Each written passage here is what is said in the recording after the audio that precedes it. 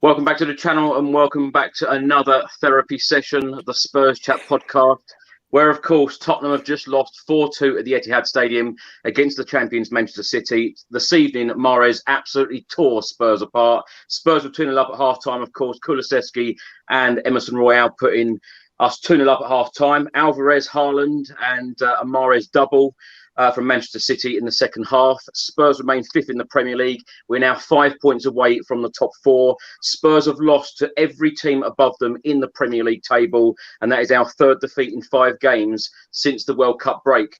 Now, to talk about this evening's game, I've got a very special guest with me, actor Ricky Norwood, back with us. Ricky, we'll talk about the football in a minute, but how are you? I'm okay. I'm all right. Let's get into it. We've also got Matt Jones with us for the very first time. Matt, welcome to the channel. How are you? Could be better, Chris, but no, thanks for the invite and having me on the channel. And yeah, disappointing tonight, and individual errors again. So yeah, we'll get into it, I'm sure. But yeah, good to be on. We've hopefully got singer Tim Winstone joining us any minute, so hopefully he will be coming in. Ricky, let's start with the show with you. Of course, at half-time, it looked great. It looked like Spurs were going to go on, get the 3 points. It was going to be a great evening for Tottenham Hotspur. Of course, it's all gone wrong. Give me your thoughts. Well, I mean, it started quite lively, didn't it? I mean, there was a battle. There was a battle going on, and you know, we held it to 0-0 for the first half for a long time, and then 2 quick-fire goals at the end of the first half, and we're all singing, we're all up, you know. And it was good to see that the side, they did have a bit of fight about them. They did have a bit of zip about them. They did have a bit of energy about them to try and rectify these run of results and these performances. And it was good to see it in the first half.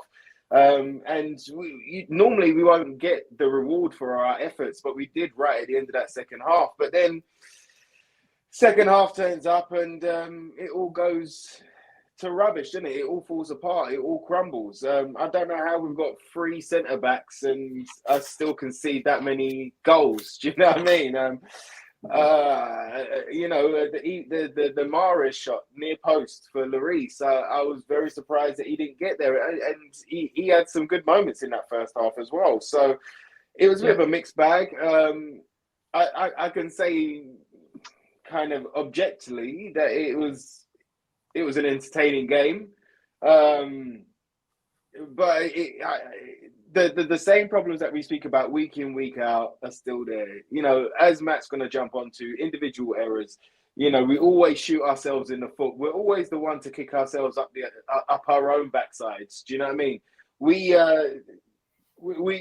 do it to ourselves so many times and in so many seasons. Yeah.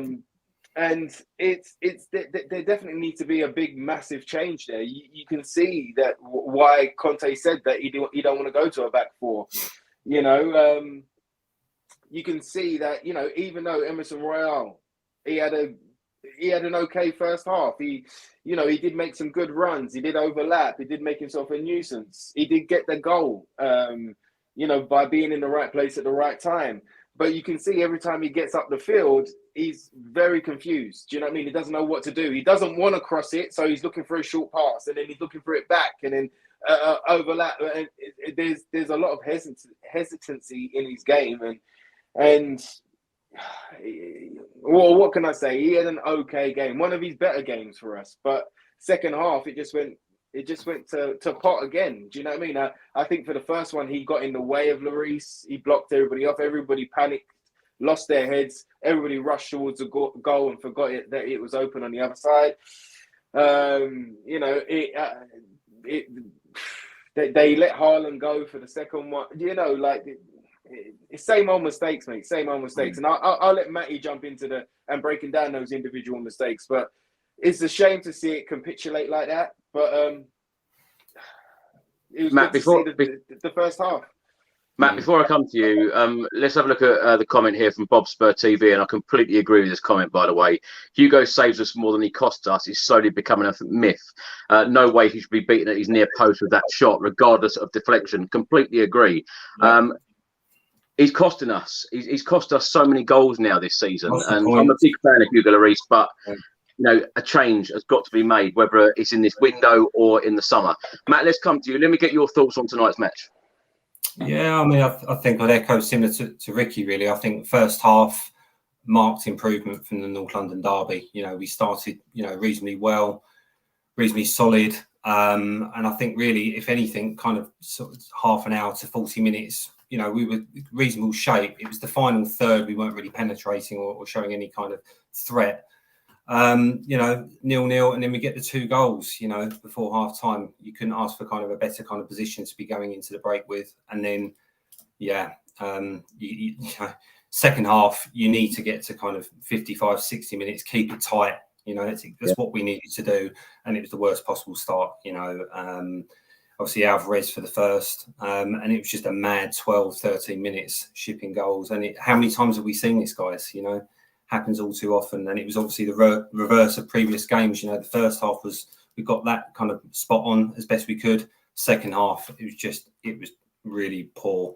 Obviously then Haaland levels, then Mahrez, and like you say, Chris, tore us apart in that second half, and they were superior. They were dominant. We lost our shape. Lloris has to do better, and his near post, he has to be saving that. And then obviously the fourth goal, long lay. It's just a simple ball down the middle of the park, and it's just not good enough. It is not good enough, and something's got to change. It's got to change, because we can't keep doing this. And I think I'm right. So I think 6 defeats now in 10 league games.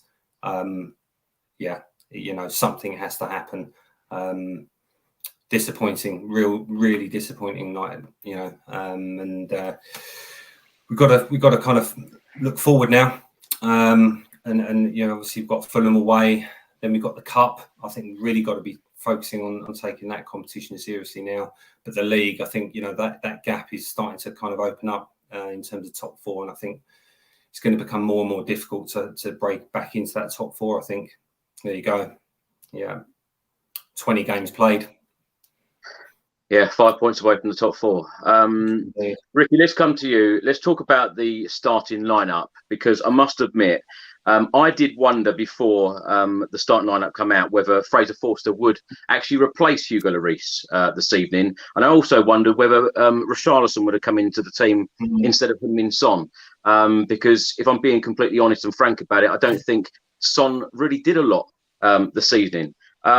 Now, let's go through the starting 11. Hugo Lloris in goal, the back 3 of Romero, Dyer and Davis, the wing backs Perisic and Emerson Royal. Bentancur, of course, came back into the starting 11 alongside Højbjerg. The front 3, Kulusevski, Kane and Son. Subs tonight, Forster, Doherty, Sanchez, Tanganga, Lenglet, Sessegnon, Basuma, Sarr and Richarlison. Now, out of that starting 11, Antonio Conte made 4 changes, including both wing backs, Lenglet, Sessegnon, Sarr, Doherty dropping out. And then, of course, Perisic, Royal, Bentancur and Davis coming in. Any surprises there for you, Ricky? Were you surprised by that starting 11 this evening? The only surprise really was Royal starting. But my thinking behind it when I saw it was maybe he was looking for the solid, the one that's a bit more solid in defence. I got to laugh when I say it. But that's what I was thinking that he was thinking. It was good to see Perisic back in the side again. Was it with it? Well, I mean, I just feel he offers us more, even though he didn't do much tonight. I think the Man City guys they overran him and their pace kind of outshone. But I always like Perisic in there just because I think that if he can get a cross in or he does get to an advanced position, he's got more chance of doing anything with it. It was unlucky for him not to score the third for us, when we had that opportunity in the second half. Defensively though, Rick, Perisic tonight was awful. No, yeah, it was. But what we got here, I'm just trying to talk about what we got here. Do you know what I mean? I'm trying to say something different, Chris. Do you know what I mean? Like I'm just trying to look at it from another angle. Because I feel angry with some of these performances this evening, I must say. Mm-hmm. Good. I think a lot of fans are feeling that. I was just, instead of being angry here, I was just trying to look at some of the good things I say, and they're very minute. I mean, Bentancur and Kulusevski were the brightest spots in our team tonight. It was a world of difference with Bentancur in there. I was just saying with Perisic, especially after Sessegnon playing against the Gooners, I would have put him in, the starting lineup. All right, he's had a bad performance tonight, but that's the one I would have put in the starting lineup, because who else we got, Chris, to put in there? I mean, we all know the problems. We've said the problems week in, week out. We know that not even signing Eriksen on a free was a problem. Do you know what I mean? The reason that when we didn't sign him on a free, I thought, okay, well, they're going to go for somebody younger or somebody different or somebody from the Serie A. Do you know what I mean? Or they've got somebody in mind, but we didn't end up getting anything.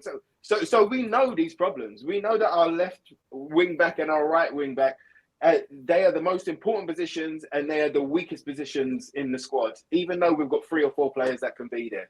We know that our side ain't clicking. We know that once we get pressurized, they start to crumble. And it's exactly the whole 90 minutes is a reflection of the team over the season right now, Chris. So it's great. It's good that you're angry, because things do need to change. And I think you're reflecting that everybody's frustrations. I was just trying to say something else and trying to look at the other side of things. I know. That's all. Yeah. Sorry, man. Ricky, let me ask you about Heung-min Son, because I'm a huge fan of Heung-min Son. He's had a very poor season so far. What did he actually offer tonight? Not much, bro. Not very much. Little. Yeah, not much. Yeah. And it's been a reflection of his season as well. He's I love Sonny to bits. I love him to bits. I love that he's in our squad. I love that he plays with a smile normally. I love that he's one to be counted on, especially when we was in the summer of Kane possibly going to Man City, when he signed a new deal and stepped up and said, do you know what, if Kane goes, I'll be the man that you guys can rely on. I loved him even more. And for him to get that golden boot last year, and then for him to be playing the way that he is this year, it's beyond belief, actually. I don't know whether we can open this discussion up a little bit, but do we think that those 87 lengths of the pitch in South Korea, has that pre-season wiped out our squad? I don't know. I thought it was a good thing at the time. I thought it was great that Conte got them for that amount of time and could work on their fitness and the tactics and everything else.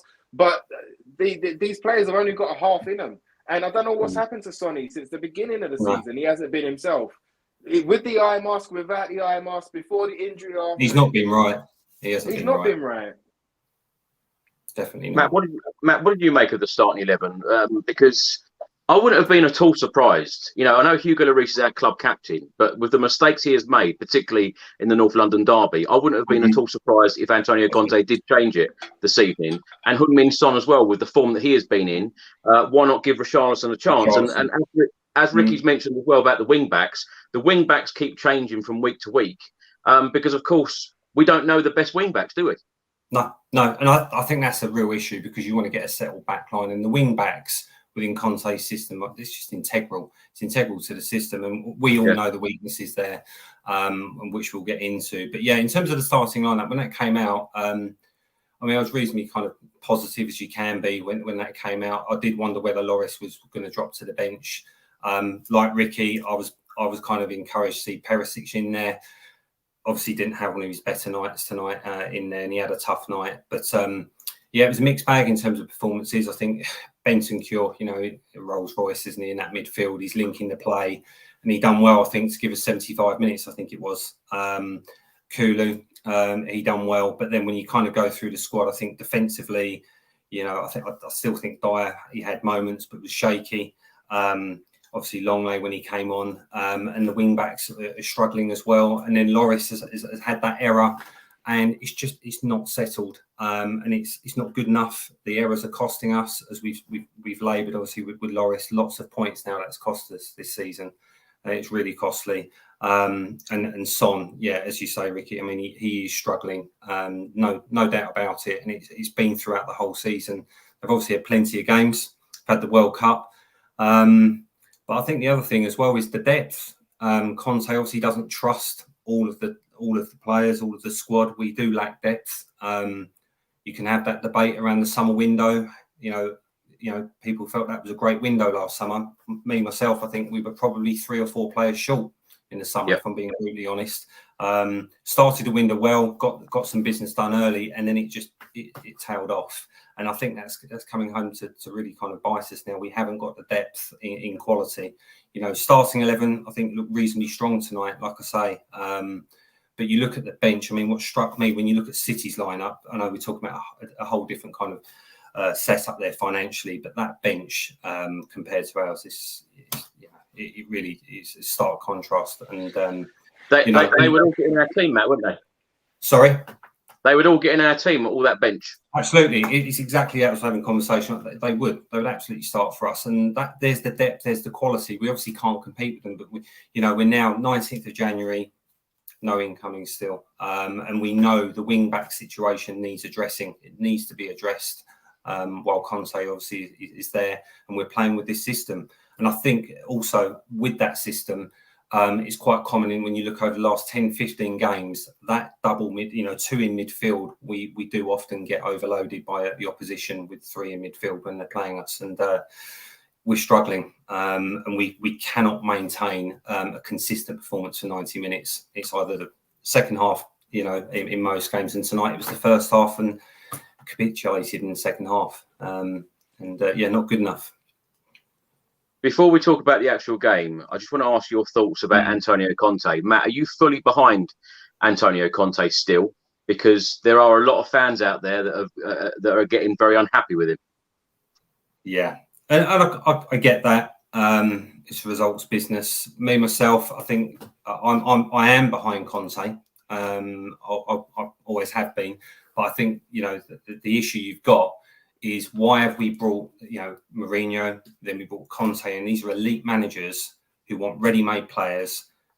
They want backing, and he has not been backed. So I think a decision, he's going to come naturally. If Conte is going to stay, he has to be backed. And if the board aren't going to back him, you're going to have to part ways. I wouldn't remove him. I think he's an elite manager, and he needs to be given the tools to do his job. That's just my view. Do you think he's going to stay beyond the 30th of June, Matt? It's not looking hopeful, is it? No. Rick, what's your thoughts? Because I know obviously you're a channel regular. You're on here most weeks after matches, and I ask you the same question after every game about Conte. I'm fully behind Conte. I want him to be backed. But I tell you what, I'll be completely honest. In his press conferences at the moment, I am not feeling it. I'm not feeling that he wants to be here. I know he keeps saying he's happy, but he doesn't look very happy. Yeah. You see his body language. Yeah. Absolutely. And I just see, I really hope I'm wrong, but I can just see this all going wrong. And as Matt said, we're on the 19th day in the January transfer window. We're getting all of these reports out that, we put a bid in for Trossard of around £12 million. Arsenal come along and just say, what's the price? Oh, that's the price. They paid it. Job done. Pedro Porro at the moment, we're trying to get that deal done. Ricky, how are you feeling about Conte at the moment? Conte, I'm still behind him, my friend, but I'm very much like you in the sense that ever since we came back off of the World Cup break and we restarted the season, the press conferences to me, I've looked at them and I'm kind of like, ooh, he's saying things, he's wiggling. And he's looking an out. But pre-World Cup, bro, I would have said to you 100%, not only is he going to be here, but he's going to sign a new contract. Yeah, I don't know what happened over that 5-6 week period at the club, because, supposedly they talk every day and all of that jazz. I don't know what happened, but whatever did happen or whatever didn't happen, maybe that's the more important thing. Whatever didn't happen over that 5 to 6 week period has definitely had an effect on Conte himself. And we also know on a human level that, yes, he said it in the press conferences as well, he's lost 3 very close friends in short succession. So that does make you think about life and family and where you are and what you want to be doing and how you want to be doing it. Maybe all of these are contributing factors. But you know what? After our last show, Chris, after that Guna game, the next, and it was like it was in the air, it was in the floor, in the energy, in the atmosphere. It was just there that I was checking Twitter, and I wasn't checking Twitter for a signing because we all know how that's going. I was checking Twitter to see, has he been sacked? okay, is he going? It just felt like to me that after we had that last talk and after that last game that he's going right now. And like Matt was saying there, you don't bring in Mourinho and you don't bring in managers like Conte and do not give them the tools that they need to succeed. If you're going to bring in these type of managers, these are quick fix managers. This is so that Levy and Enoch can say that they do have a trophy in the cabinet. But with Mourinho, we sacked him 6 days before a final. We still don't know why. And then we bring in after Nuno, after that debacle, we bring in Conte, and he lifts and galvanizes this team and galvanizes every single supporter, and everyone's united behind him because we might have our Tottenham back here, and we march on strong to get that top 4. We beat the Gooners last year. We beat Norwich, and we put it to bed. Sonny got the golden boot. We're like, oh my gosh, do you know what I mean? If you're going to back anyone at this point, if this is the new project, with a quick, this is the time, this is the man, let's go. So we start that summer with six signings in quick succession. Blah, blah, blah, blah, blah. I think the 7th was Udoji. I'm not sure. But we started with 6 and we upped the level of the squad. But did we up the level of the first 11? No. We brought in Perisic at left wing back, and okay, cool. But then what? We knew that the right wing back situation, however well that both Doc and Royale done at the end of last season, however well they done, we all knew that was the biggest problem area, and yet we didn't go and sort that problem out. Do you know what I mean? We brought in Spence, who Conte has then said and repeatedly said that he's a club signing and he's a project player. So we're not seeing anything from him. I think every Tottenham fan would prefer him in there, even if he is young, to make a couple of mistakes, to work him in, to bleed him into the side. Do you know what I mean? To let him get that experience. Why should 100%. We loan him out to a lower Premier League side to see and for him to get experience when we've got 2 right wing backs that have not been able to do the job for a long time, yet we persist with them. Do you know what I mean? We're 19 days into this transfer window. We still haven't signed anybody, which is ridiculous. I saw today from Delotti that we're the 9th richest club in the world. The world, for goodness crackers. And we're still pleading poverty. We're still pleading bargain bucket. We're still putting in 12 million for Trossard. Even though, look, Trossard is a good player, but I think that he would have come in and become another squad player. I don't think we need other squad players. We need players that go into the first team. Do you know what I mean? So I hope that they are looking higher and better and somebody that can do that. And that's what Conte needs. Conte needs that. You can't do that work and sign 6 players in the summer and then let it peter out. And like Matt, I needed at least another 2. I thought another 2 were coming. Totally. One of them being Bastoni and one of them being a right wing back. Yeah, bro, it had to be, because we've been calling for that for a long time. Left centre back or a centre back. Do you know what I mean? We've been calling for it for a long time. So I expected at least 2 more in that summer window. We didn't get it, but we started strong. We got that £100 million. You know what I mean? There's another 50 in the bank. We're like, oh, okay, so maybe something can happen. Maybe something can cook now. We're in January, 19 days into January, and they're not building on that. We're going to go into last week, and we're going to go down to Levy deadline day, and then do whatever they're going to do there. And it's not going to be the right solution either.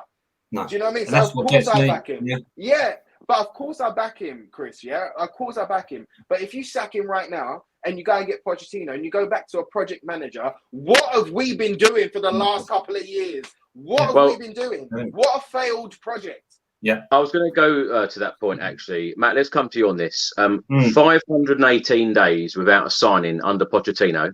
He takes us to a Champions League final, and I doubt that stat would ever be or ever happen again in football history. Certainly as long as we will all live. 518 days without signing, takes to the Champions League final. A couple of months later, we have a string of poor results. He gets sacked. In my opinion, I think that was a mistake. We then appointed Jose Mourinho, a serial winning manager. I got excited about Jose, thinking, finally we're going to lift a trophy. We're going to finally get over that line of lifting a trophy. 6 days before the final, as you said, Ricky, we sacked him. Again, I think that was a mistake. Even though some fans agreed with the decision at the time, I felt that it was a mistake.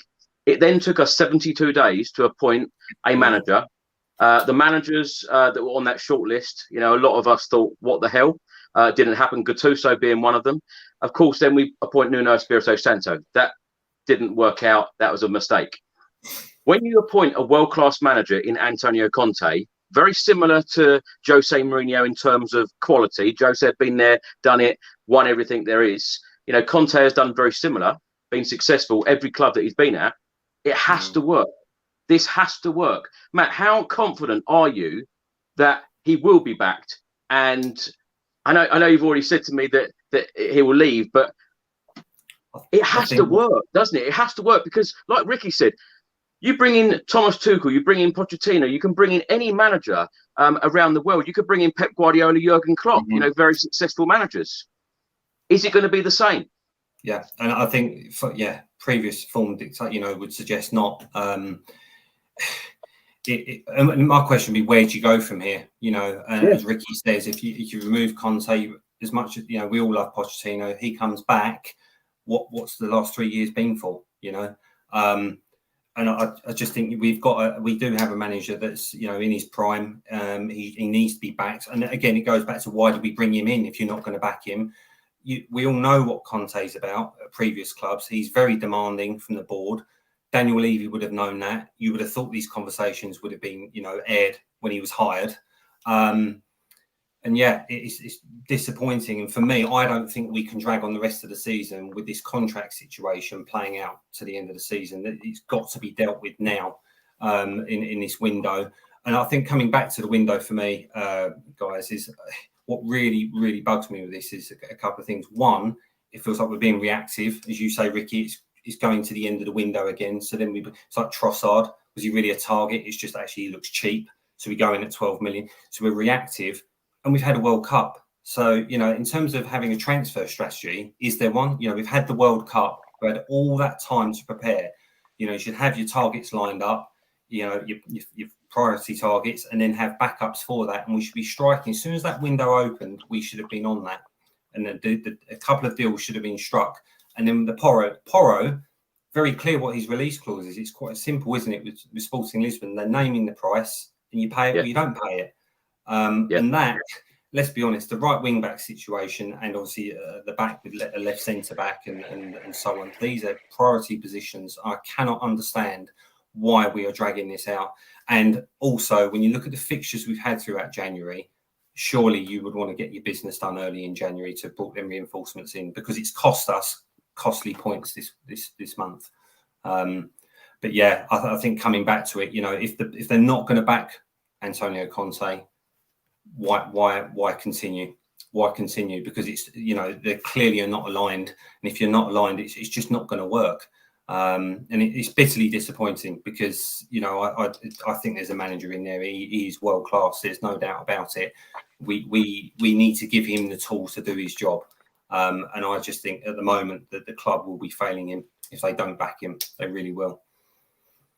Ricky, how are you actually feeling as a Spurs fan right now? Because I've gone from feeling very frustrated to starting to feel pretty angry about the situation, because I feel that you bring in Antonio Conte, exactly like Matt just said. You bring in Conte, things have to be different. You have to give him exactly what he wants. You know the type of manager he is. When you're appointing these types of managers, you know that they're going to want things. You know that they're going to want to improve. You know that they're hungry, very, very hungry for success. When you've lifted a trophy, you know, whatever job you're in, when you've had success, you want that success again. He will want that success again at Spurs. And to me, he just looked frustrated. But how do you actually feel as a Spurs fan right now? I feel a bit tired. I'm tired of it all. I'm tired of the same old. I'm tired of seeing the same reports. I'm tired of the same way of moving in the transfer market. I'm tired of getting up and kind of being positive with my team and kind of seeing something. All right, cool. We're going to move forward. And every time we get to that point, we go 10 steps backwards. Do you know what I mean? I'm very tired, and I'm a little bit kind of, I don't want to say hopeless, but hope is in short supply right now of the club acting like a big club and doing what needs to be done. My faith in them kind of making the right moves and doing what's right for this club and for this football team it's just starting to dwindle, bro. And I think that's why, I mean, against the Gooners, I was emotionless. Mostly, I did get angry, but I was emotionless. And today I almost watched the game like a Netflix special, being like, oh, okay, all right, okay, we've scored. Oh, okay, all right, okay, all right. Do you know what I mean? And I never used to feel like that under Poch. Do you know what I mean? This is what the biggest frustration for me is that when Poch, and I know we will harp back onto Poch, and people might get the that we always speak about Poch, but I've explained on the last one why me and a lot of Tottenham fans hold him in high regard and hold him high in our heart. Not only did he fight and bleed for us, but he cried for us. I've never seen a manager cry for us. And something that means so much to me mean as much to the manager as well. I haven't seen that ever. Right? I haven't seen wasn't there? There was a connection, and we've all been crying ever since, Rick. And we have, bro. But that guy, he had a philosophy. He came in and he ripped up the club's way and started doing it his way. And he went and watched the under 6s, the under 9s, the under 10s, the bloody well under 6. He watched every level going through through Tottenham Hotspur Football Club and made sure that they were all working along all singing off the same hymn sheet. And then you bring in Mourinho, who rips all of that up. Do you know what I mean? And then Nuno, and then Conte, right? So the biggest frustration for me is that if that was what was working with Poch, and let's say he fizzled out, right? Let's say that we all know, really and truly, he just didn't get the backing that he needed. He asked for the painful rebuild. He didn't get it. But then where is your succession of manager that does and plays the same way? This is why before Conte, I was asking on this channel, I was asking, my tip for manager was Ten Hag. Reason being, he's used to dealing with young players. He's used to dealing with a side on a budget. He's used to working tactics with what he's got. He's used to getting the best out of what he's got as well. And he's more of a long-term manager. From once we brought in Conte, a world-class manager in his prime, a serial winner, as we've said many a time, then I'm like, okay, well, things have to change. And things haven't changed. Things just haven't changed, and that's the biggest frustration. The 6 signings in that summer, I'm like, things are changing. When they wrote off Sergio Aurier's contract instead of trying to get at least $1 million for him, I'm like, things are changing. Yeah. When they sent out the 4 on loan, when Conte got in, Ndombele, Lo Celso, and I can't remember who else. When they sent out Dele and somebody else, Gil.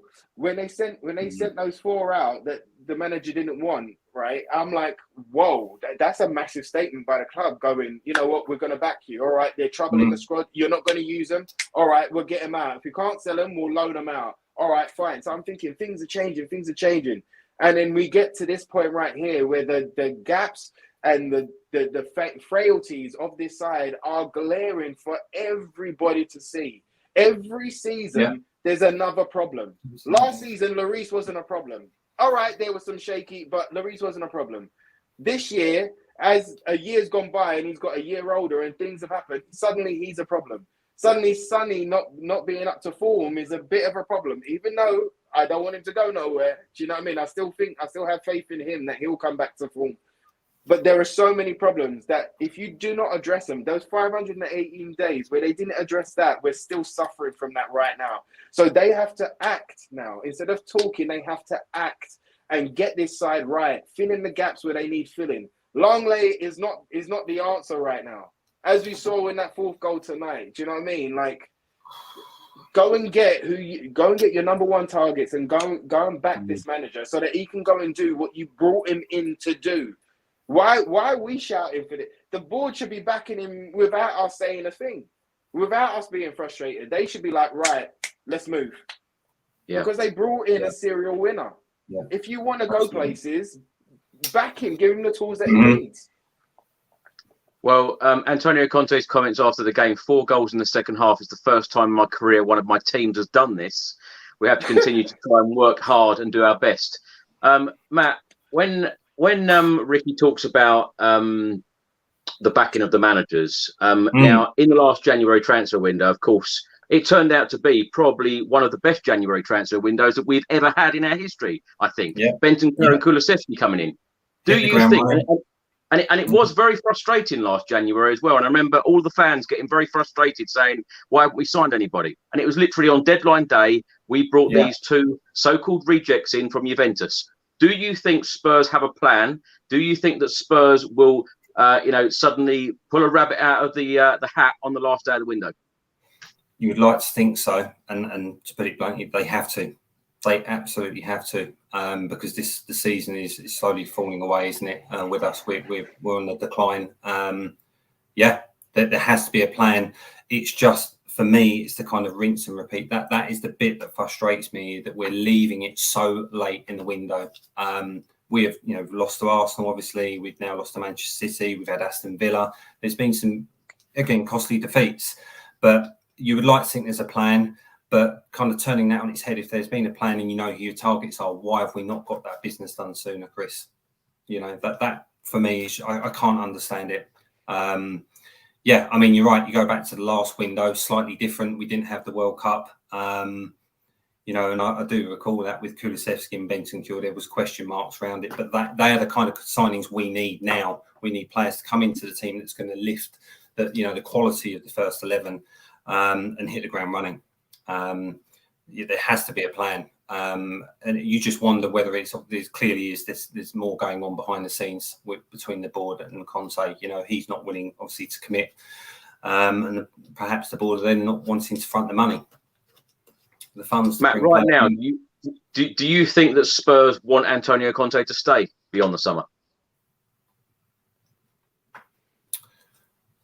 I think they would have done pre-World Cup, but I think I think there'll be conversations now where they'll be looking at the results and the level of performances as well, and will be having their doubts and almost having a watching brief on this as the season plays out, which is not what we want, and it's not it's not good enough. I think they'll be undecided, and they're obviously not backing him adequately at the moment. You know what? If they would have given him everything that he needed and we was having results like this, that's when I would be like, all right, maybe he's not the guy for us. Yeah. But they don't want to make that jump. They don't want that leap of faith. But then it goes back to, why did you appoint him in the first place? Why bring him in? It doesn't make sense. It doesn't make sense, bro. But this is what I'm saying about that 5-6 weeks over Christmas. Surely that should have been the time that you kind of go, look, there's no football on. Let's sit down. Let's get it sorted. So what was said or what wasn't said at that point for Conte to be like, because this is what I'm saying. Ever since they've come back after World Cup, bro, the very first press conference I saw from Conte, I was like, I felt an energy that he's looking to go, he's looking to move, he's wiggling, and that's continued week in, week out. It's escalated, isn't it? Yeah. It's escalated. There's been veiled comments within his pressers for sure. But I think if we're all being honest as Spurs fans, I think that the performance from the team hasn't been quite right. You go back to the beginning of the season, so you started with Southampton, we had some positive results, but the performances weren't right. And it was a case of, when are we going to get out of second gear? And to be frank, we haven't. The performances haven't been at the level. And I think now the issue is the fact that we're shipping goals, we're dropping points, we're out of reach of top four. It's not improving, and something has to change. Something has to change, and fans rightly are frustrated and angry. We're paying the highest ticket prices in the country, and we're not seeing a return on that. What do you think will change, Matt, and when?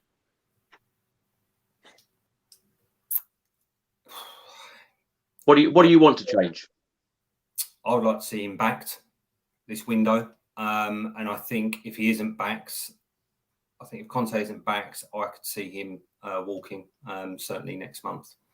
But I think it may be taken out of his hands. The board do have form of obviously making decisions, and sometimes rash decisions. We'll see. But personally, I think it's going to come down to what happens in this window. But change for me, it's got to happen this month. It can't continue like this with this contract situation and not being back, and slide the rest of the season. It just can't happen, because the media are going to have a field day with it, and it's already having an effect on performances. It's affecting the team. It's affecting our results. It's just really poor. It's really, really poor, and it's poor management. The board obviously, we're great at running the business side of things, the commercial side. But when first and foremost, we're a football club, and that, it hasn't had the attention it deserves. And I think they've taken their eye off the ball for a long time now. And I just find it really odd to have appointed Jose Mourinho, not back him, remove him 6 days before a League Cup final. We would have taken that clearly. We're desperate for trophies now. It's been far too long. You then bring Conte and you think, right, this is it. We're going to kick on. We played some really good football towards the end of last season. As we know, we didn't really have the right to get that top 4 spot, but we got there, and it was some good football along the way. And then you think, right, it's kind of top 4. It's now time to kick on. And we haven't. We've gone back, and everyone around us, our rivals, are strengthening. You've obviously seen Chelsea, obviously lower at the moment, but they're buying players. Arsenal, top of the league, still strengthening. And you've got United, you've got Newcastle, all playing some good football as well. So it's costing us, isn't it? And you can't help but think sometimes, is top 4 the ceiling? Are they just happy? Are they content with top 4 as a club? Obviously, it's bringing the money in, but it's not what we want. We want to be competitive. We want to kick on, and we want to be competing for the trophies. Well, that's the next thing I was going to come on to, Matt. Ricky, let's come to you on that subject, top 4, because we are now 5 points adrift of top 4. The other teams that have 1 game in hand, Arsenal at the top, have 2 games in hand over us. Yeah. When you think about money and talk about money, how important it is to Tottenham Hotspur, and Champions League is important, surely you've got to invest in this transfer window, improve this team to have any chance of finishing the top 4. I know Antonio Conte has already come out and said we need another miracle, but to go back and play Europa League or Europa Conference League, or dare I even say it, no European football at our glorious Tottenham Hotspur Stadium, when you've got Harry Kane thinking about a new contract, it just seems that it's a mess. Top 4 at the moment, to me, just feels like a million miles away. Ricky, how are you feeling about where we could finish in the transfer window, if we don't get any business done? We have to get business done, mate. We have to get business done, and it is so tough. Being a Tottenham fan is like being in an abusive relationship, and you're. And listen, this is no disrespect to anybody that is actually in an abusive relationship, but it just feels that way a bit. It feels like we keep getting smacked around the face, and then Tottenham will come back and be like, we're sorry, we're going to make it better, we're going to make it up to you. And then we're like, all right, fine, we'll forgive you, we'll come back. And then everything's great for a while, but then one drunken night, do you know what I mean? We get beat up again. I don't know. I'm so kind of lost right now with the team and where we're going. That they have to. If the board was to stop playing funny games and kind of low balling, they just need to speak to Sporting tomorrow and get that Porro deal done. We can't be waiting until deadline day. We should. That's not what big teams do. Chelsea have not gone and done that. Do you know what I mean? Like you said there, but the biggest thing about Trossard is not that we missed out on him. It's how quickly Arsenal got. I said their name. Damn it. Deal done. The Gooners got the deal done. Do you know what I mean? That's what's more embarrassing right now. Aren't these guys embarrassed? Aren't they embarrassed with their own failures year in, year out? We kind of said the other night there that Harry Kane, he'll probably be off at the end of the season. He'll probably get Jimmy Greaves' record. Say to everybody at Tottenham, sorry guys, you know what I mean? I've done everything that I can do, and then he'll be off, and he'll probably go Man United or something like that, and they'll probably win something in the first season as well, which will be even more kind of damning to all of us fans that are going to stick with Tottenham. But who failed him? How long was he looking for another striker to either play alongside him or play, when he's injured? How long have we been trying to sort out the Kyle Walker situation? How long have we been looking for somebody to replace Eriksen? How long will we be looking for somebody to place Dembele? I mean, I don't know what's going on here. Like, sort it out, man. Like, just like figure it out. Figure out what you want to do. If you want to be a mediocre club, then let us know. Do you know what I mean? And then some of us can turn up to the stadium when we want, and some of us will stay at home. Do you know? Then it'll be a bit of a can't be bothered. But this club, it's so tough because we love this club inside out. I love this club inside out. I love them on my best days and I love them on my worst days. Do you know what I mean? Yeah. The fact that I can shout at the TV or shout in the stadium, do you know, whether that's in glory or in bile, you know, it's a beautiful thing. It's a beautiful thing to have that relationship with your club that you love inside backwards. Everything that I read is about Tottenham. Every time that I'm checking anything is about Tottenham. If there's a new video that you put up and it's about Tottenham, I'm watching it. Do you know what I mean? Like, Tottenham is our life. So I don't know whether the owners or the board, or I don't know how they feel about the situation, but like, we see the failings, and we've seen 22 years of failing. It's time to sort your life out. It's time to sort your life out, or say that you've had enough and let somebody else come in, and let somebody else invest in the club and do what they got to do. You know, but we can't have this. Newcastle fans had it for so long with Mike Ashley, so long, and then they get new investors and look at them now. My gosh, you know, Man United have had it for a long time since Fergie's left. They've been mediocre, but they've still won things along the way, but mediocre. But then they've got Ten Hag, and then they've put the club up for sale. They'll get new owners before us, and they'll be on another. Not that they never had money to spend, but they'll be on another level, go into another direction. There's so many teams that are passing us right now. So many teams, and you know what happens if even stagnant water you can't drink. It's poisonous. Stagnant water you can't even drink. So if we say stagnant, I don't know where we're going apart from down this table. You go backwards, don't you? That's the thing. You go backwards. We're standing still, and I think this is the really important couple of weeks coming up for the club. You know, from a strategic point of view, they've got to get this right, because, as you say, Chris, you know, if they don't bring the signings in that they need and up the quality and miss out on top four, you know, there's going to be managerial changes. Kane, we're going to understand if he does move on. You know, and for me, and I think for all Spurs fans, I think it will hurt. You know, he's going to be our leading goal scorer of all time, and to not have claimed any silverware, it's not right. How can that be right? And we'd all love nothing more than him to kind of obviously be successful and win silverware with us. But again, the club, you know, they're not backing the manager. It's a repetitive process. Pochettino called this out, didn't he? Three and a bit years ago. He said it's going to be painful. We need a rebuild. The warning signs have been there, and they haven't acted on that. We've gone for the cheaper options when it's come to our transfer targets, and it's all coming home to roost, unfortunately. And like I say, that's the thing. I think for me, in the transfer market, we feel like we're reactive. I'm sure we've got targets, but then we start lowballing. It becomes protracted. Just get the deals done. If you know that that's the player the manager wants, get the deal done. And also, I think it's the lack of transparency for me. What is the plan? What is the plan? And I don't think as fans, we are not clear on the direction of the football club at present, and what their aims and what they're trying to achieve. I think it's a frustrating period, and it's going to be a very interesting couple of weeks for sure. Because once that transfer window closes, where do we go? Where do we go if we don't bring anyone in? We clearly haven't got the depth and quality in the team at present, and I think we'd struggle to get top four right now with the current squad that we've got.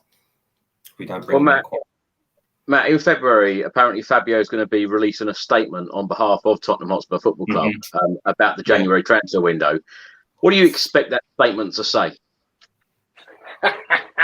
Because I asked that, Ricky, because every fan at the moment is questioning what is the vision, what is the ambition, what is the future.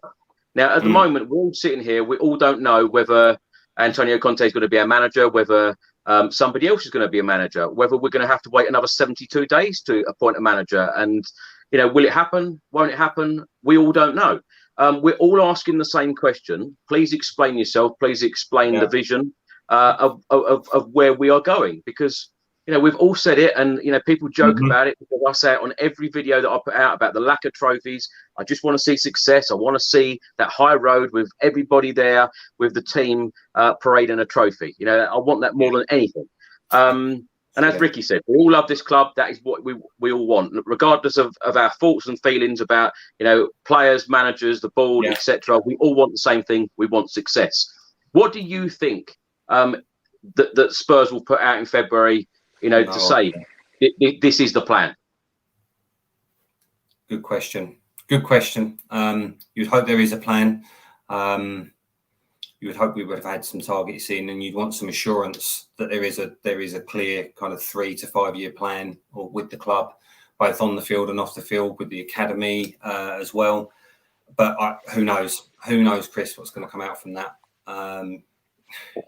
We've had the very little communication we have had. It's hard to read between the lines in terms of what they will put out, I think. And again, it's interesting. To a point, I get why it's February, because if we were doing business right now, but obviously they're obviously picking that time for a reason. So it's going to be interesting to see what that statement says, and whether the manager's still here, of course, as well. Ricky, I was going to ask Rick, do you think there's any chance, and I might be being silly and I might get a lot of abuse from people, but do you think that Spurs could actually turn this around in the next 2 weeks, suddenly bring in 2, 3, 4 players, say we're backing Conte, and then all of a sudden in February the club release a statement saying Antonio's signed for another 2 years? I mean, could it happen? Listen, this club is that crazy. This club is that crazy. Like I said to you, I was at my kind of my lowest hope ebb. Do you know what I mean? And they could do that. They could sign 2, 3 players. Do you know what I mean? And they could do exactly what you said. Yeah. But I mean, listen. I'll tell you what that statement will say. Right? If they don't, I'll tell you what that statement will say. It will say the same thing when we tried to sign Hazard. It will say the same thing when we went in for Ronaldinho, Giuseppe Rossi. It will be the same thing. We tried. It's going to be the set 2 words. We tried. Yeah. That's my guess. Do you know what I mean? Because we've seen it, and that's why I say I'm tired of it, man. Like I'm tired of it. I mean, because go on, Matt. Yeah, I was just going to admire your optimism, Chris. No. I've got to put it out there. It's a balance. Yeah, I'm asking both questions here because it could happen. It's the sort of thing that we could potentially do. I think it's unlikely. But if it did, why have we left it to the end of the window? We've lost some, as I've already said, we've lost some key games already throughout January. So that would be frustrating, and that could be the difference of getting top 4 now come May. Yeah. Oh, good God. Breathe, brother, breathe. It is. Honestly. It's Tottenham Hotspur, and it's crazy. It's always crazy. Yeah. I just think about games coming up. We've got Fulham away, and then, of course, we've got Manchester City again. It's just, it doesn't get any easier, does it? No. Ricky, let's come on to talking about the game. I know we're nearly an hour in the podcast. We've not even discussed the game yet. In the 10th minute, Haaland had a shot blocked after a corner from Mahrez. As I said at the start of the show, Mahrez was absolutely everywhere today. After 16 minutes, Harry Kane hit the side netting after a good through ball from Bentancur. Great to have Bentancur back on the pitch today, wasn't it? Oh man, what a world of difference that guy makes to our side. He is class, and he's just come back. For him to have 75 minutes on there, like you could see how much he changes our midfield and the way that we play, because he does dictate the tempo, he does dictate the aggression, he does dictate the pace. He's a metronome in himself. Do you know what I mean? And even though he wasn't 100% fit or 100% up to speed, you could see the world of difference that he brings. But again, we can go back to why are we now relying on one? Do you understand what I'm saying? It's like, why are we just relying on this one player to do it? No one else to bring in anyway. Yeah. Again, we go back to that bench comment earlier about Man City's bench. In fairness, Rick, we did bring in Basuma, but it just hasn't worked out so far, has it? It hasn't worked out so far, and it's a shame. I don't know what's happened there. He didn't get his start for a long time because Conte was like, he's not tactically up to speed yet. So we're like, all right, and cool. And then the moment that he does bring him in, he's a little bit shaky, and maybe he's overthinking as well. Maybe he's trying to be as disciplined and do exactly to the kind of point of what Conte's asking him to do. Therefore, he's actually not playing his natural game. There's been some games during the season that he was played out position as well, like as the DM instead of the boxer. When Skippy was playing the boxer, and it was just like, well, what's going on here? So he's had a very up and down season, but when Partey turned up at the Gooners, he didn't start off very strong either. Do you know what I mean? It took him a minute to get into the rhythm of things. So maybe there's still hope with Basuma. I still have a bit of hope for him. But again, it's like, Conte asked for two players in every position, and we've got that, but just in numbers. Do you know what I mean? We haven't really got the number twos to come in, and we're not talking about replace. We're talking about upgrades, or bring something different to the side. Or it's tough. I saw that Chelsea sheet the other day on Sky Sports, and they've got 3 players in every position for their side, which is just like, and they've just gone and I think it's done, but they've just gone and got our youth kid, not Nondi Maduke, I can't say his name, but why wasn't we after that? Why? I don't know what's going on. We're just letting things pass us by, man. We're just letting things pass us by, left, right, and centre. Wolves are picking up players. Leeds are picking up players. Do West Ham got Danny Ings today. Quick fast. That's the thing. Everyone's active. They're proactive. They're nailing their targets, aren't they? But what are we going to do? We're going to wait until nobody wants anybody, and then we're going to, if Chelsea want to buy Porro, what do you think they're going to do? Do you think they're going to try and give them 50% of another player, or try and offer them? They're just going to give them the 45 million and go, the release clause. Yeah. Absolutely. Come on. Craig's given us another comment from Antonio Conte after the game. I'm totally into the situation. My task is to be part of this process with a team in transition, to become solid, to build a solid foundation, and try to build a team ready to fight to win. Yeah, I think he's. I think encouraging. I think he said very similar before, Rick. Now, let's talk about the game again. Matt, let's come to you. In the 20th minute, Alvarez shot towards goal. Good block from Eric Dyer. In the 26th minute, a good cross from Perisic. Kane was teeing it up. Ake headed it out for a corner. After 30 minutes, Grealish on the attack. Good tackle from Romero. After 33 minutes, it was our first touch in the Manchester City box, which was a pass to Harry Kane. After 33 minutes, the first touch in the box. That was disappointing. Absolutely. And I think that's what I was saying at the top of the show is I think we were reasonably solid in that first half, but it was that final third, we weren't getting up the pitch and then really affecting that part of the pitch. So, yeah, it is disappointing. But obviously they grew into the kind of first half, I think, and obviously got the goals before half time. You couldn't have asked for kind of a better kind of position for half time. But we'll obviously get into the second half shortly. I mean, game was of 2 halves, really, wasn't it? But and I think that's what's odd. I think when you look at the way we were playing the back end of last season, again, we have brought some players in, but it just feels the performance level and the flow it's gone. We've been kind of really struggling to kind of get up the pitch at any kind of pace or intensity. That's the thing for me. I've noticed at times it's been pedestrian with some of our performances, and I think there was times in that first half, there were sort of 5-10 minutes where we were zipping the ball around a bit quicker and moving up the pitch. But again, it's that final third. And I think you can't help but think confidence is also an issue with the team at the moment. There are players that perhaps don't want to force it. They go sideways instead of perhaps being more progressive with their football. So, and fortuitous, obviously, to get ourselves 2 goals up just on half time, really. But just a crazy 12 minutes at the beginning of that second half, wasn't it? Really disappointing. We'll get into that shortly. Rick, let's come to you. In the 36th minute, it was a good move from Spurs, in fairness. Kane to Davis, then to Heung-min Son, header. It was our first attempt on target. After 39 minutes, Lloris had a good saved. A good save from Lloris. Lewis had a shot deflected off Son. Yeah.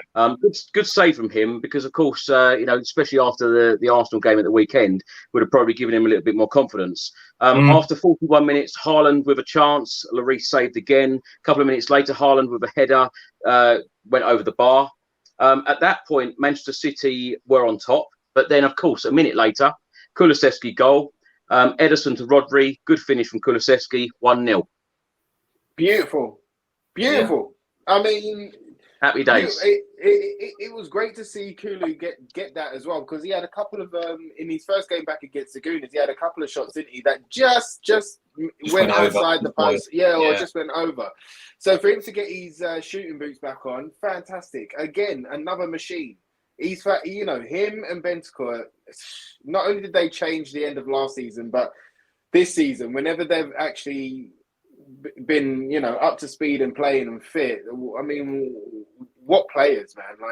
Makes such a difference. Makes such a difference. They make such a difference, and those are the players that we need to start building around. Those are the next wave. Those are going to be the next heroes for us in seasons to come. So we need to start backing those players. You know what I mean? So that they don't 100%. Feel like, oh, maybe I should get out while the going's good. You know what I mean? But yeah, it was lovely. It was a great goal. I was kind of, I didn't know whether it was going to happen. I was kind of back and forth with it. So when it was over, I was like, yeah, all right, cool. Do you know what I mean? So it was nice to see Kulu drop that goal in there, and it was like a golf shot, wasn't it? Do you know what I mean? It was gorgeous. Well, Rick, a couple of minutes later, Emerson Royale put us 2-0 up, and I think we knew that Craig wasn't on this channel or on this show tonight. Craig messaged me actually straight away and said, "Emerson Royale, you're a flop." We appreciated that one, Chris. Ricky, what were you thinking at that point? 2-0 up at the Etihad. Well, I mean, I was surprised as anything for that it was Royale that got that goal. But I was like, all right, cool, come on then. Do you know what I mean? Again, it kind of came out of nowhere. I didn't expect us to go 2-0 up.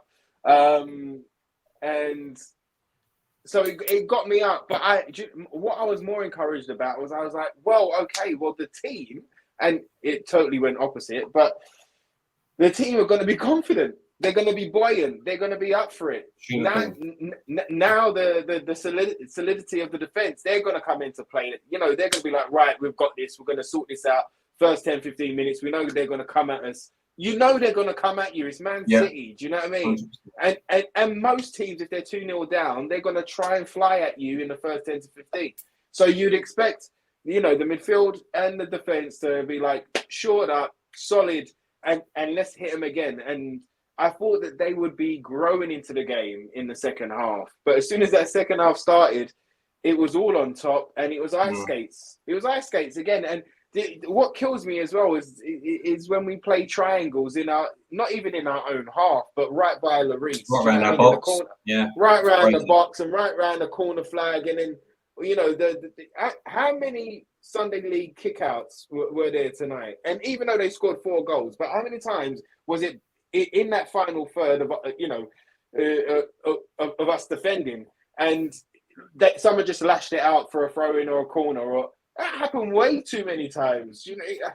I don't know, man. We just brought it on ourselves again, bro. Brought it on ourselves. So yeah, I was really hoping that would have been the start of something. Finally they've clicked. Finally they've had enough of being these kind of the joke team. Do you know what I mean? They've had enough. They're going to show their mettle. They're going to show their teeth. Exactly. It just that first 15 minutes was critical. Beginning of that second half, you sit in, you weather the storm, and you make sure you don't give anything silly away. And we've done completely the opposite. We looked very shaky. I thought really shaky. And once City got the first, the heads dropped. They looked very, very nervous, and it was a capitulation. Yeah, it's tough to watch. It's tough to watch, and we've seen how many times have we seen it? You know, you just think you've got to get to 60, 65 minutes and sit in, and yeah, we've done the opposite, unfortunately.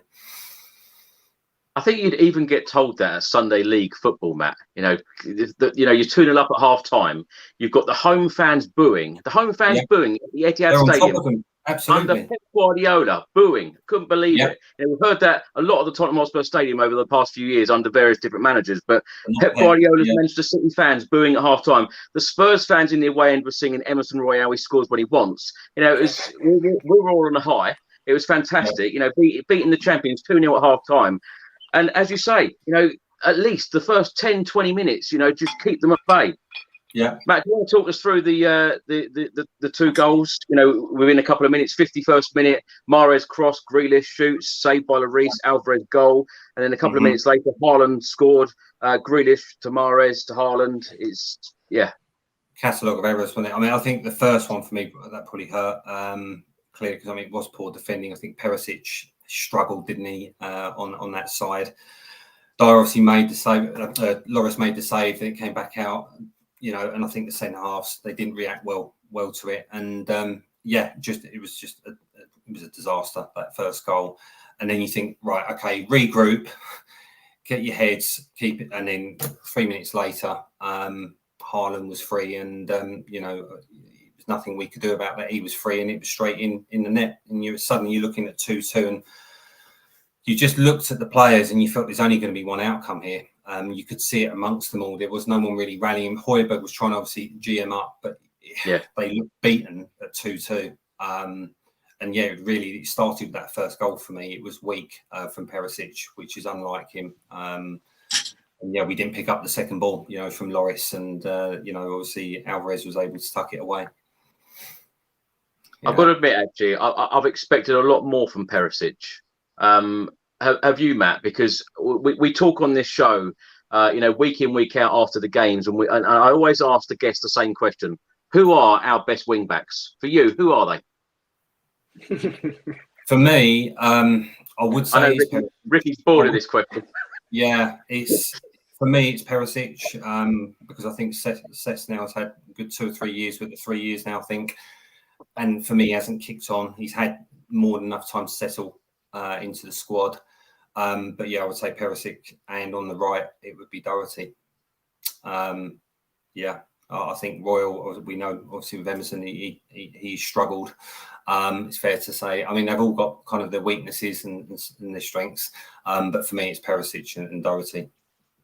And I'm just, for me, I still goes back to what Ricky said earlier.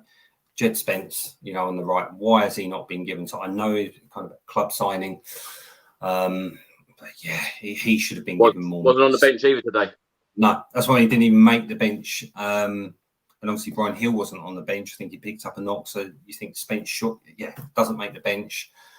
Very odd, very, very odd. And you think, can't do any worse. You know, we've spent, I mean, again, that was another protracted transfer. You know, that went on, I'm sure that was 5-6 weeks trying to obviously do that deal with Middlesbrough. And why put that time and effort into that deal and then not give the lad a chance? You know, he's clearly got pace to burn. He obviously needs, you know, developing in some of the tactical side of his game. Who better than Conte to develop him? Give him a chance, you know. And I think when games a title we're trailing, get some pace on there, you know, because we're not blessed with it down the right or the left hand side at the moment. And given how important the wing backs are to Conte's system, I'm struggling to see why he hasn't had more minutes. But yeah, on that left side, I think Perisic, I know he did have a poor game tonight, but he would always, given what we've got at the moment, he would probably be my first choice. Matt, just breaking away from the game a little bit, talking about the Pedro Porro situation. I know fans get frustrated about us not signing players when we feel that they should. But when you look at like the Lo Celso deal and the Ndombele deal, £100 million between the two of them, and it hasn't worked out. And now, of course, they're out on loan respectively. Yes. Do you think Pedro Porro will improve us? Because it's all well and good us saying sign players, but they've got to be the right players. They've got to improve the starting 11. What do you think of Pedro Porro? Yeah, I mean, I've only seen bits of him. What I've seen has been positive. Obviously, he's not Premier League proven, so it does come with a risk. But yeah, I think, he's obviously picked up Champions League experience this season with Sporting Lisbon. I think in terms of his kind of profile, he is good going forward. His delivery into the box is good. And I think, he does have some pace. And yeah, and when you look at the kind of release clause in today's market, is that excessive? Probably not. And we need upgrades. And I do think there is an element of that when you look at the Selson and Ndombele. I think the board probably feel they've had their fingers burnt with that. But do your due diligence. And if you're confident and Conte wants him, most importantly, if the manager wants him, you back him. And that's not what's been happening. And it's like with Jed Spence, club signing. I mean, for me, that shouldn't be happening. Antonio Conte should be rubber stamping every incoming into the football club. Yeah, really. He is the coach. He is the head coach. He's the manager, and he should have final say on whether he wants a player to come in or not.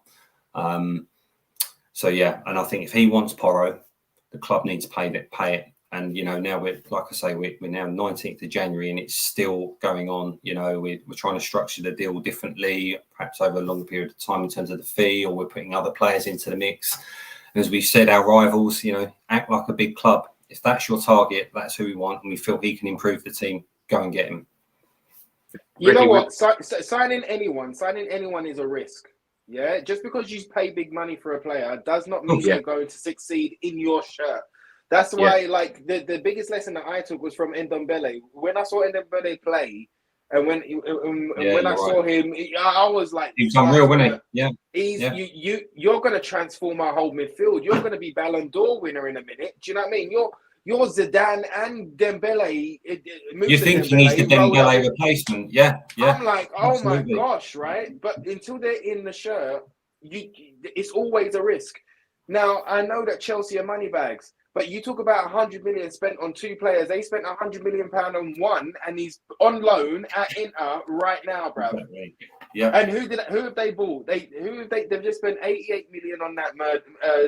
I can't say his name. I can't remember. Modric. They've just spent. They're spending money like crazy. How much did they pay for the loan fee for João Felix? I mean, so you can't just say because we spent some big money. The first time we spent big money, oh look, it hasn't worked, so we're not going to spend no money no more. You can't do that. That's not how football runs. This is not Trotter's independent traders. Do you know what I mean? This is not one buy one get two free. It's not that type. You go out, find your number one target, then pay the money, do the best deal that you can do, of course. But pay the money. If it comes down to something like a release clause, pay the money. If he's your number one target, pay the money. Now, let's talk about, you just said there, the rubber stamp, the final thing that should come from the manager. Do we really think that Conte wanted Trossard? Let's just no.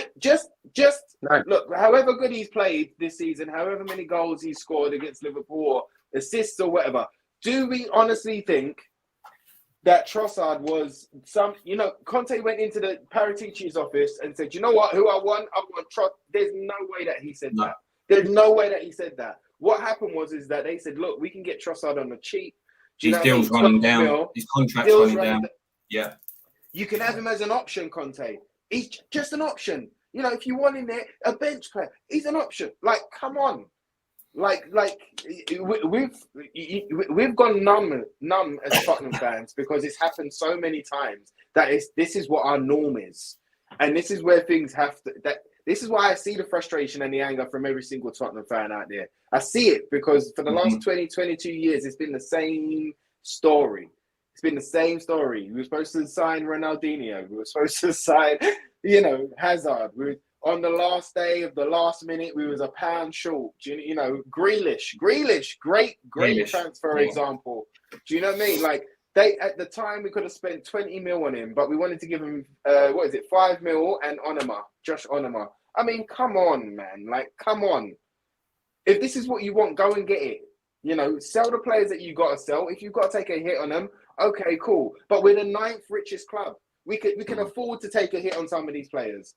So, stop telling us the same old. If things have to twist, things have to change. We've got to turn, we can turn it around. Of course we can. We've got to make the decisions and be ruthless. You know, we've got a number of players that are on loan. Let's not forget that. They'll be coming back in the summer. And they've got tough decisions to make. That's what they're there to do. And they need to, you know, not be so kind of, you know, drawn out in some of these decisions, because it is costing us. It is absolutely costing us. And we need to move on. We need to replenish the squad. We've known this, you know, I feel like a broken record going through this time and time again. Back the manager and you know, be smarter with your recruitment, because we've been poor with our recruitment, if we're being brutally honest, over the last 3-4 years now. Ricky, apparently we were 11 million euros short for Pedro Porro of the release clause, and as you two have already said, you know the price. You know, if you want the player, go and get the player, pay the money. Now, 11 million euros short, and then we've gone back with a second offer with a defender. What defender do you think we've offered? Sanchez. I don't know. I don't know. Sanchez, Colombian, someone who can adapt to the Portuguese league. He would actually shine in the Portuguese league. Actually, he'd be a monster there. I think that would be. Well, I mean, what else is Sanchez doing? What else is he doing? I don't think you can swap Emerson Royal or Doherty for him. I don't think Tanganga. Tanganga probably. Because you've got to think the worth of, say, 11 million euros. I would put Tanganga in that category. Sanchez, we paid a lot of money for. I mean, another failed transfer. All in all, you know, the first couple of seasons, all right, he was great with Jan and Toby. There was something happening there, but really and truly, 42 million, 45 million, I can't remember, but that's another failed transfer. You know, so I mean, how much would anybody buy Sanchez for right now? So it could be 11 million. I don't know, mate. I don't know. But you know what? All I do know is that they haven't got it done, and they're still dwindling, and they're still, you know, bloody well playing with their thumbs, because we've all known what Sporting have said for this whole period of time. They've stated categorically, pay the release clause or he's staying. So what are we doing here? Why did it take to have a meeting for the first bid to be rejected? I mean, come on. I love it how you said Trotter's independent traders. Like this is the Tottenham board we're talking about. Yeah. It feels like that sometimes, though. It feels like that. Right, let's go back to the game. In the 56th minute, the pressure was still mounting on us. Greeley with a shot blocked. And then, of course, a minute later, Mahrez with a shot just wide.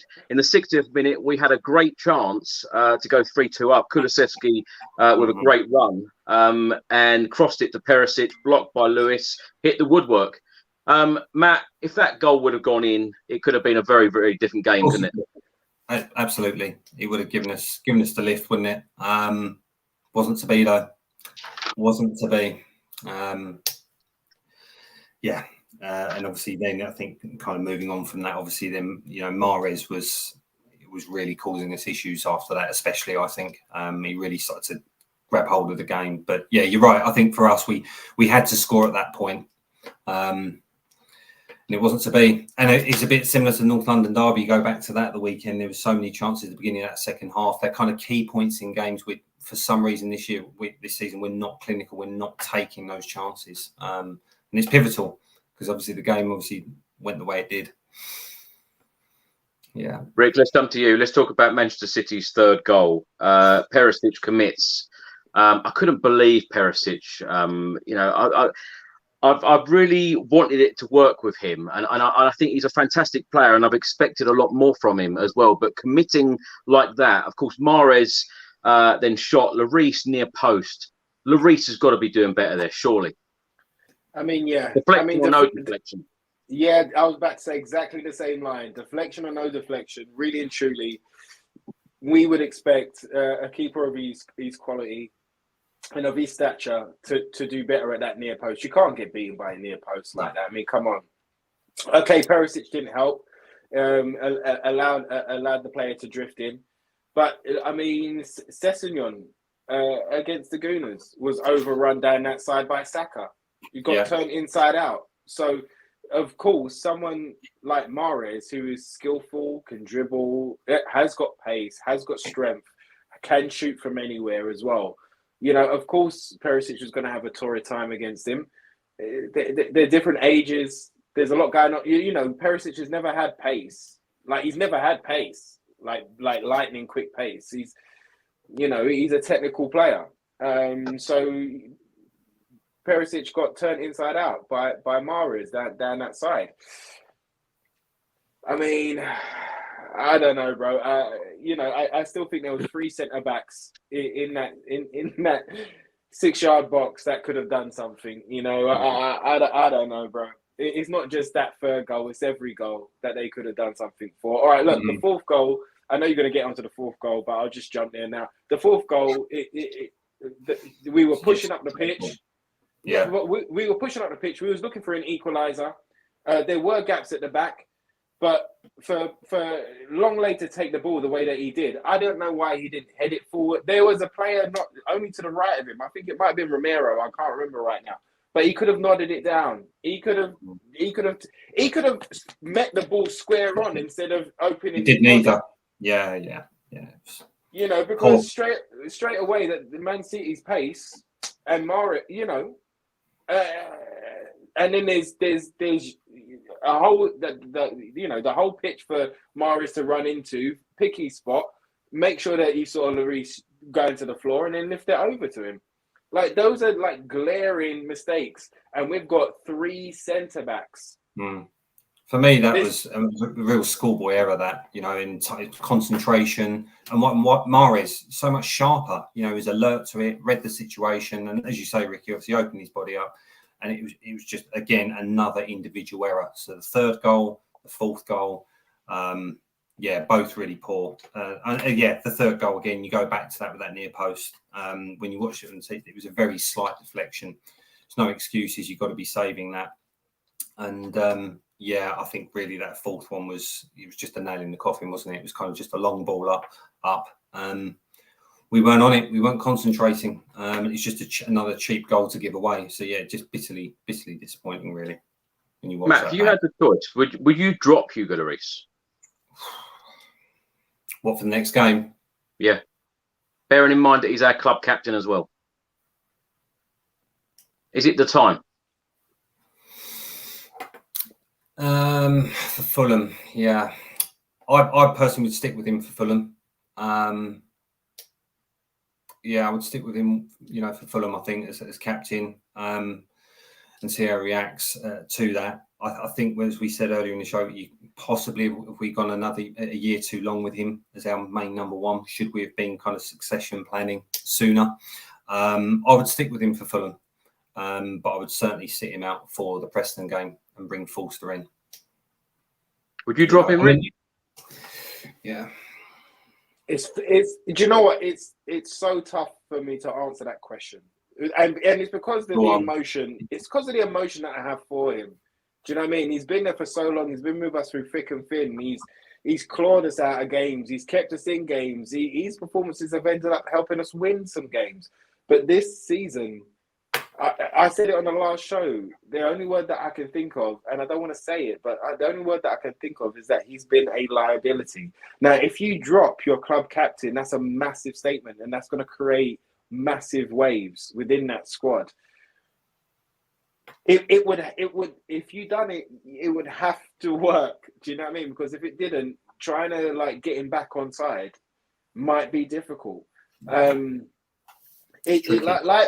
Matty said there, and like I can't remember who said on the last show as well, is that we should have been trying to bring in the successor and do the whole Brad Friedel thing when Lloris came in.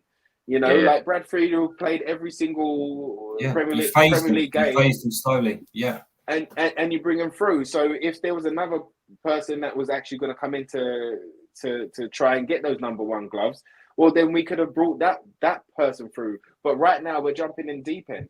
You know, Ramon Vega said to us when you asked him about keepers, he said his national keeper, Sommer, who's had a good World Cup, solid keeper, but has just gone to Bayern Munich. You know, they just signed him for, you know, relatively cheap money. You know, so if you're going to drop him, you're going to have to bring somebody in, I think, who is going to be the next number one, and then let them compete and let them go for it. But I think dropping for Forster is tough. That's the thing, isn't it? You bring Forster in. Is Forster good enough? to be there for the remainder of the season if you were going down that road. I'm not so sure. But if a goalkeeper, though, Matt, is making mistake after mistake after mistake and costing you games, it could make the rest of the team feel very uneasy. Yes. And as I said to you, Ricky, many times, a long time ago, especially when Delhi left, we need to stop as fans being emotional about players, sentimental about players. Yeah. We need to be ruthless. Yeah, I know. And Jose Mourinho was like that. He was very ruthless, the manager. Yeah. Well, we're in a transfer window. So, if you really mean, you'd like to think there, again, is there a plan? Have we got a successor lined up? There's still a couple of weeks left in the window, perhaps. But, it's a tricky one, I think, with Lloris. I would probably stick with him for Fulham and sit him out for the FA Cup game. See, if it was me, I would have probably put Forster in this evening. I know it's very easy to say that after the game, but even with Heung-min Son, I would have dropped Heung-min Son and put Richarlison in. I would have made a couple more changes today. Matt and Ricky, do you want to say anything more on this evening's game before we go on to the Fulham preview and talk a little bit about transfers?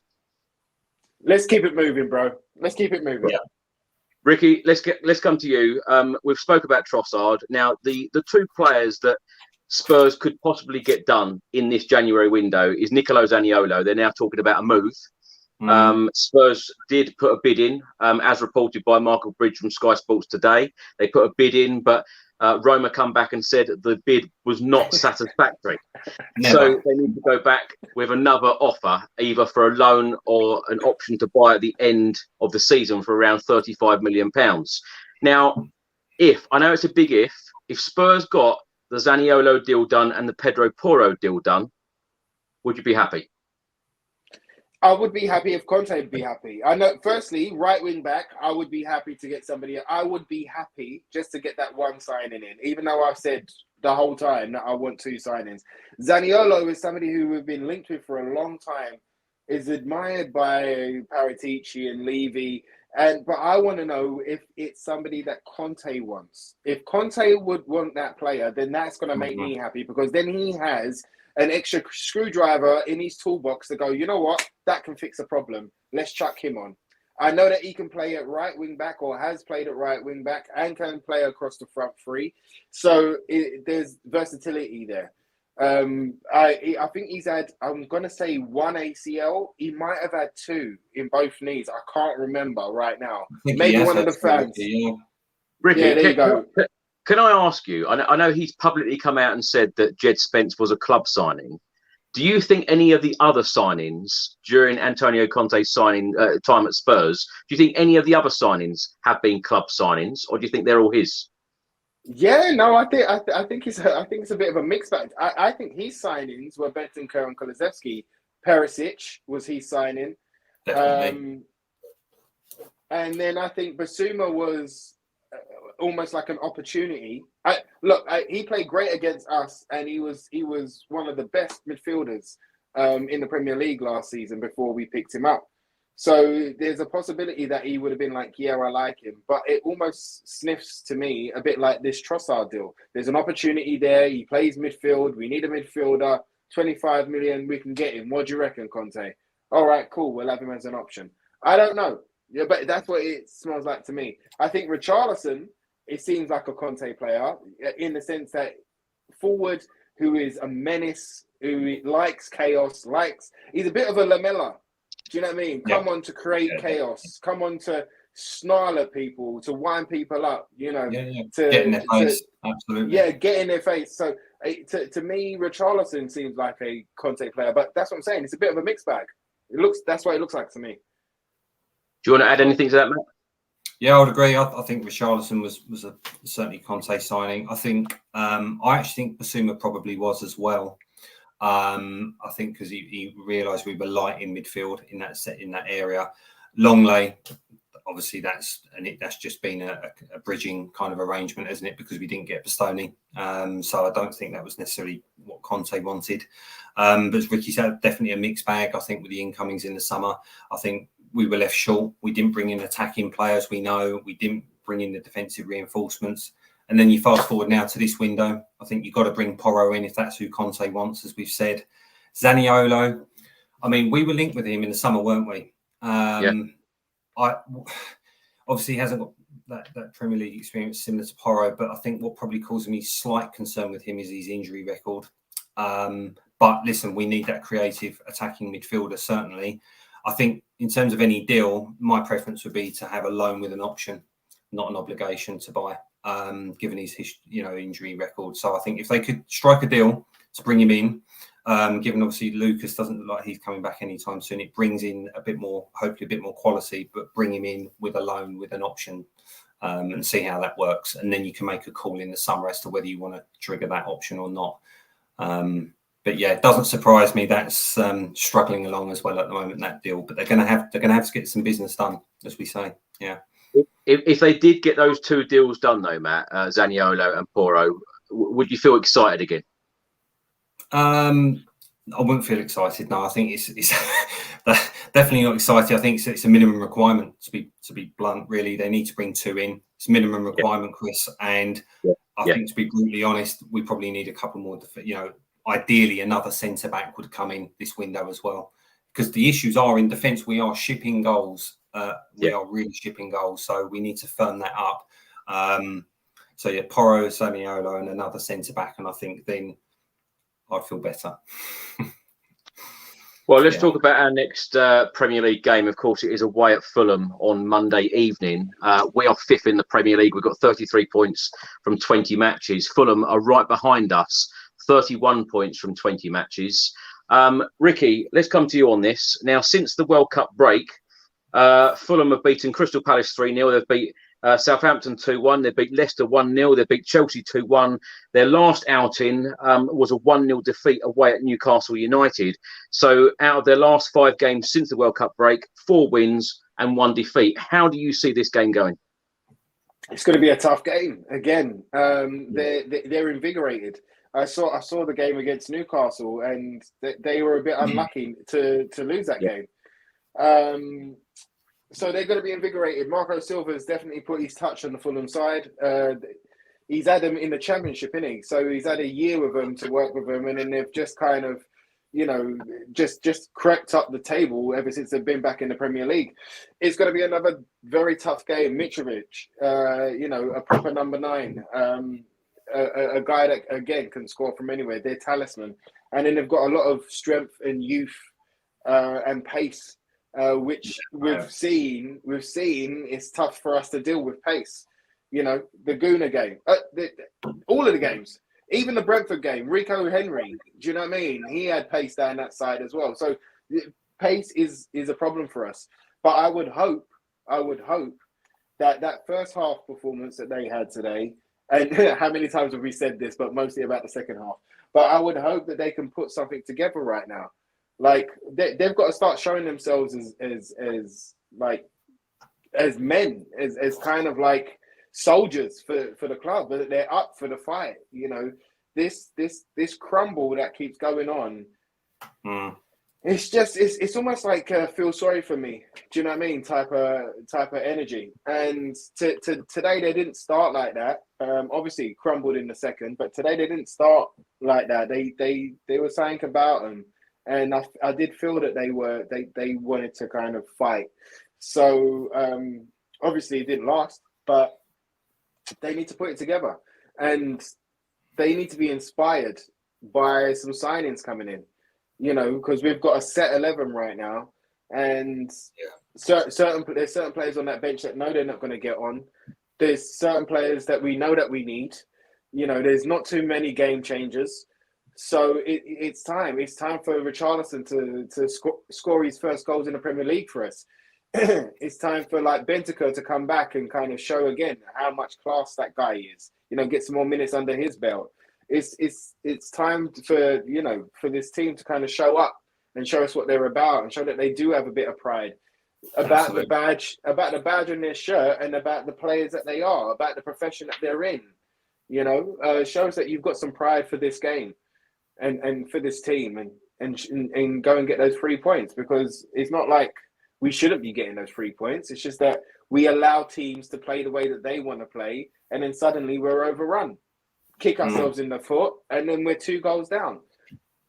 Rick, a couple of weeks ago, Antonio Conte said, if you doubt the likes of Heung-min Son, then we're in trouble. Is it time to drop him? I wouldn't say drop, but I mean, you could definitely Rotate. Rotate him, rest him. That's what Richarlison's there for. The fact that it's a bit like Højbjerg to me. You know, when You're being Højbjerg sentimental again. I am, but that's why you bring me on. So you know what I mean. We can bring on Costa if you want, and he'll just be straight down the bloody well line. But you know, when we benched him last time and he came off the bench and he scored, I think it was a Leicester game. That invigorated him. So maybe the fact that we've got Richarlison back, maybe give him the start, rest up Sonny. Kulu's playing, you know, he looks like he's almost back to his best. You know, I could see him today parading and being devastating down that right hand side. Mm-hmm. So give Richarlison a go, put Sonny on the bench, and then maybe you can have a game changer to bring off the bench. You know, come the 60th minute. I think that's it. I think that will fire Son up personally if he's benched. Definitely. I'm with you. I would start with Richarlison in that game. Definitely. Matt, what have you made of Fulham this season? They've had a good campaign so far. I've been, surprised. Marco Silva, as we were saying, he's done a more than a respectable job. And they're now pushing, aren't they, up in that upper level of the table now. So, I think they were unfortunate actually in the last game. I think it was 1-0. They lost to Newcastle. Yeah. And they're no pushovers. Now I think they're having a good season. I think it's gonna be a tough game down at Craven Cottage on Monday. But Mitrovic is always a handful. But listen, we've got some players coming back now. I think we've seen slightly importance of having Bentancur in there now. Kulusevski, Richarlison, I think should start.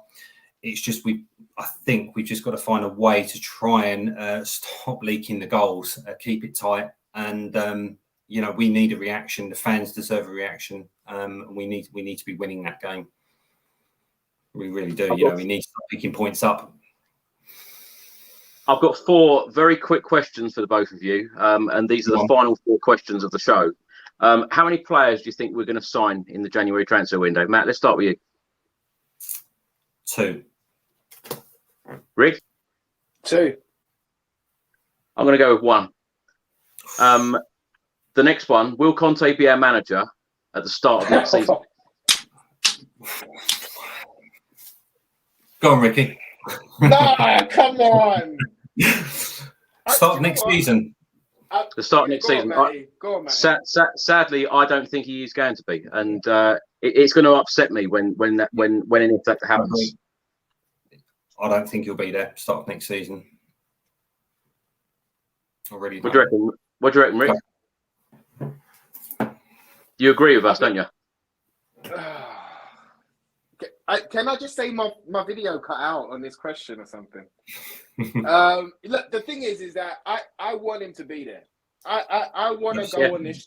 I want to go on this trip with this world-class manager. I want him to have the tools that he needs to play the football that he wants to show us, and I want to see that winning brand of football. But from all of the signs that I'm getting right now, I would have to say no. But my positivity says that there is going to be a bit of a turnaround come the last week of this transfer window. There is going to be an upturn in results. I think Conte is going to be inspired, and let's hope, by the signings that we bring in and give him a bit of confidence that we are going in the right direction.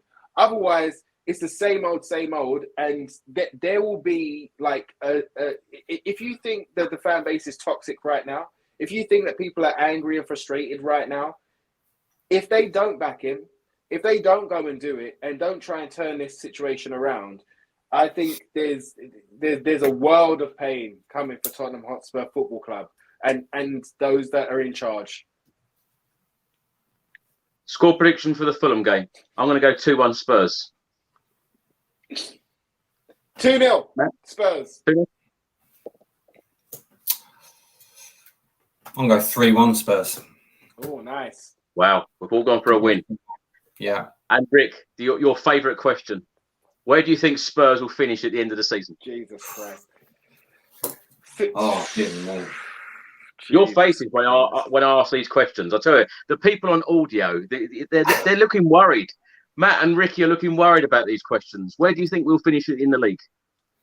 Do you want me to go, Rick? Yeah, please, bloody hell.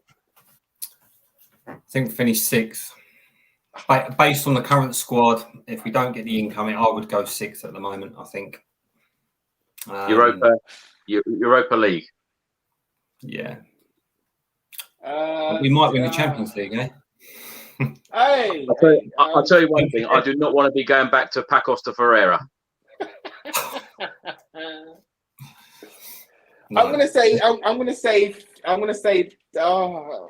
I can't do it. I'm gonna say 4th. I'm just gonna say 4th because I can't do it. I can't do it. I just can't do it, Chris. I can't do it. But do you know what? Can I ask you? I know that was the last question, but let me ask you, Chris. You asked us there what would make us happy, with this transfer window, and what would give us hope. You go every single game, bro. You see the players, and it's not the camera angles that you see. You see everything that's going on the whole way from top to bottom. What would make you happy, bruv? What needs to change for you, somebody who goes week in, week out, home and away? What would it need, from your point of view, to change this situation? I have said many times, whenever we sign any player, the player that we sign should be walking into the starting 11, or indeed have huge competition for the starting 11 to improve us. Matt said earlier, a minimum requirement is 2 players to walk in the starting 11. That is exactly how I feel. When you look back to the last January transfer window, you remember, Rick, we were doing all of those shows during the January window, and of course we've done that one on deadline day where we were talking about them both. I was very excited about the 2 players coming in. The journalists come on and said, "Oh, Bentancur and Kulusevski, they're terrible. They're no better than Harry Winks." Of course, they got it wrong.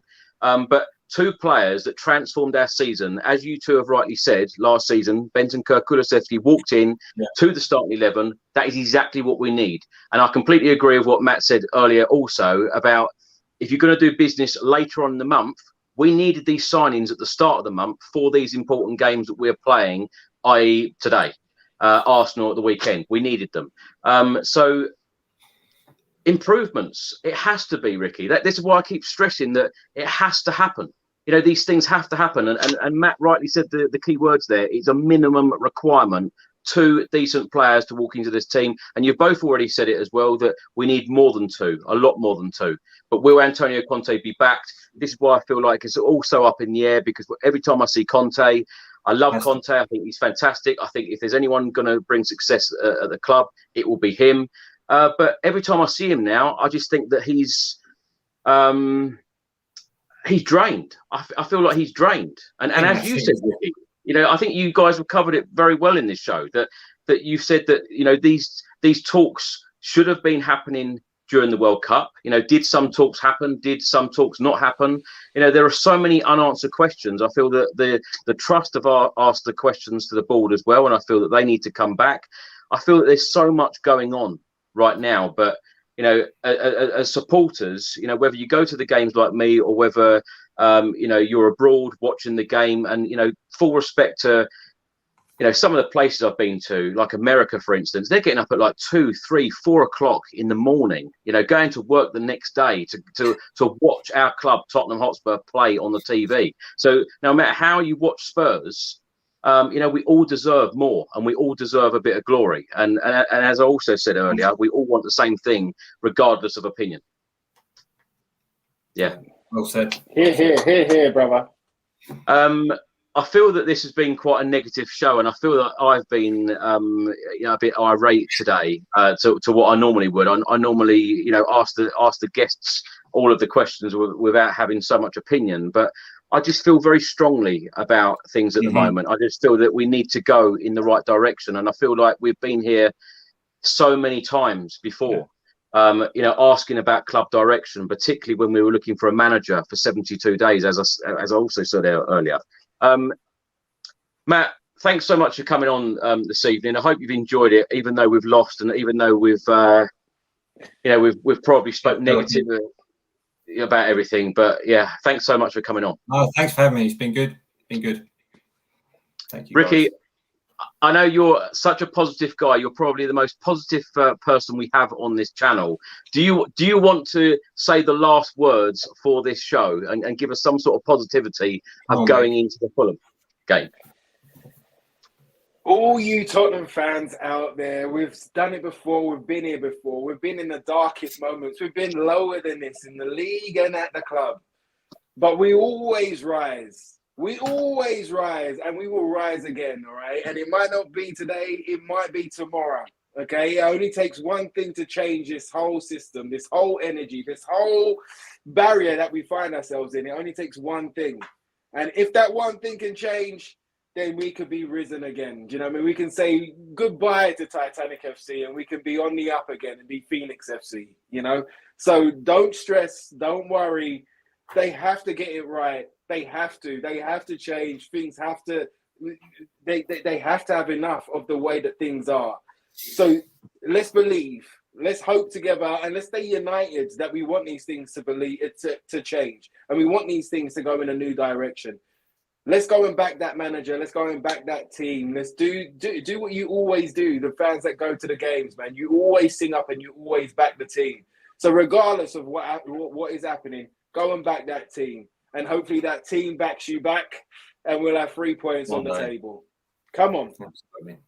Well, Matt and Ricky, thanks so much for joining me this evening, and thanks so much for watching, everybody, and for listening as well. If you don't subscribe to the channel as yet, please do hit that subscribe button, and if you are listening to this on an audio platform, please do hit that follow button and leave a review if you can. And we'll see you on the next one. Hopefully Spurs can get back to winning ways on Monday evening against Fulham. Until then, come on, you Spurs. Come on! Come on.